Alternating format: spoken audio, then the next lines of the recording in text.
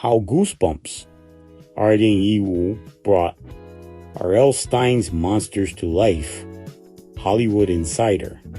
Headline, Join Hollywood Insiders. As we put the spotlight on the 2015 smash hit, Goosebumps, Body, What Happens When All the Monsters from the Beloved R.L. Stine books are released. In this deep, the protagonists, Zack and Champ, are named after Zaki Bacchum, the main character in the Blob book, Hannah's true identity, while the movie portrays Hannah as Stine's daughter. Her reveal as a ghost mirrors the protagonist of The Ghost Next Door, who also has the same name and a similar supernatural twist. Goosebumps Wiki. Goosebumps Wiki. Jai. Hidden visual Easter eggs. The cuckoo clock. The clock in Stine's basement is widely considered to be the titular artifact from the Cuckoo Clock of Doom. Hieroglyphic message. The eyebrows of the mummy Nilorama from Return of the Mummy are made of hieroglyphics that translate to goosebumps. End credits during the stylized credit sequence. A street sign from a shocker on Shock Street reads Reality Police Department. A deep-cut reference to the antagonist in Don't Go to Sleep. Mr. Shivers, before revealing his identity, Jack Black's character goes by Mr. Shivers, a nod to the 1990s Shivers book series often viewed as a competitor to the original brand. Iconic monster origins. The film features dozens of monsters, each debuting in a specific book. Slappy the Dummy, Night of the Living Dummy. The Ogre Walter, played by Chris Parnell. This character is a new monster for the film, who serves as Slappy's right-hand man. Skull-headed spiders. Small toy spiders that Slappy brings to life during a scene in a pharmacy. Ghostly witches. A trio of witches reincarnated from hats that reveal terrifying ghostly faces. Pumpkin-headed tree monster. A massive creature that pays homage to the pumpkin heads. From the book, Attack of the Jack-o'-lanterns, which was never fully realized this way on TV. The Undead Pirate. A new undead character introduced specifically for the film's monster mashup. The Giant Gummy Bear. Sequence in Goosebumps 2, Haunted.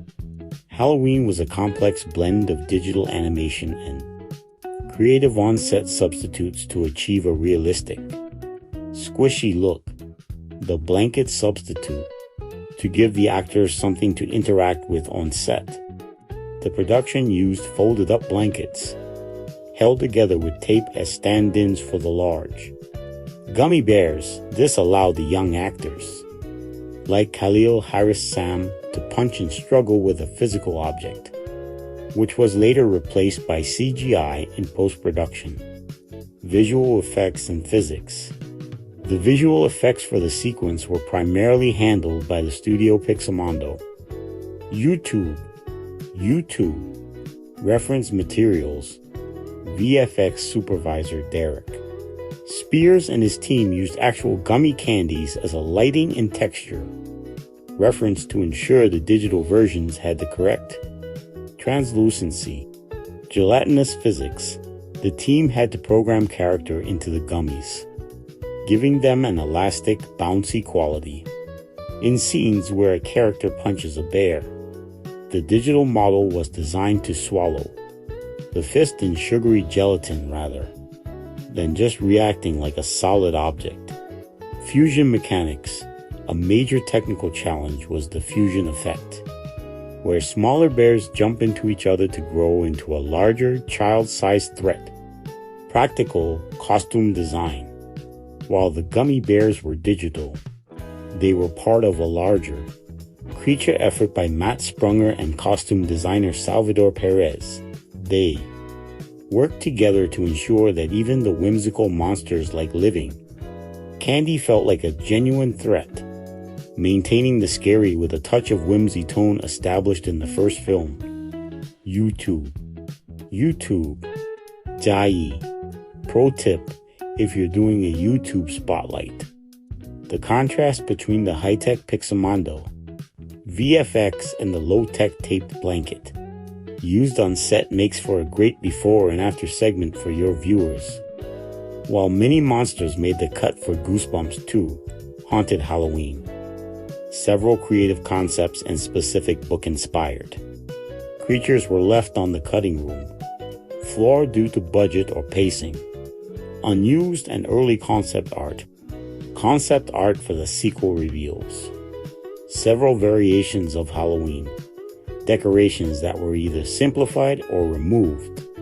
The elderly jack-o'-lantern early designs featured a more weathered, aged pumpkin monster that was ultimately replaced by the more uniform, carved pumpkin seen in the final film. The blank-faced witch. One early iteration of the ghostly witches featured a completely smooth, featureless face, which was deemed too abstract. Designers eventually settled on the screaming ghost face for the film. Traditional folklore monsters. Early concept discussions included classic horror archetypes like a banshee, a Bride of Frankenstein variant, and Day of the Dead dolls. But these were largely sidelined to focus on Slappy's specific Halloween family. Goosebumps Wiki. Dai. Monsters scrapped from the franchise. Though some were planned for the first film, they remained absent in the sequel despite fan demand. Monster Blood, perhaps the most famous omission.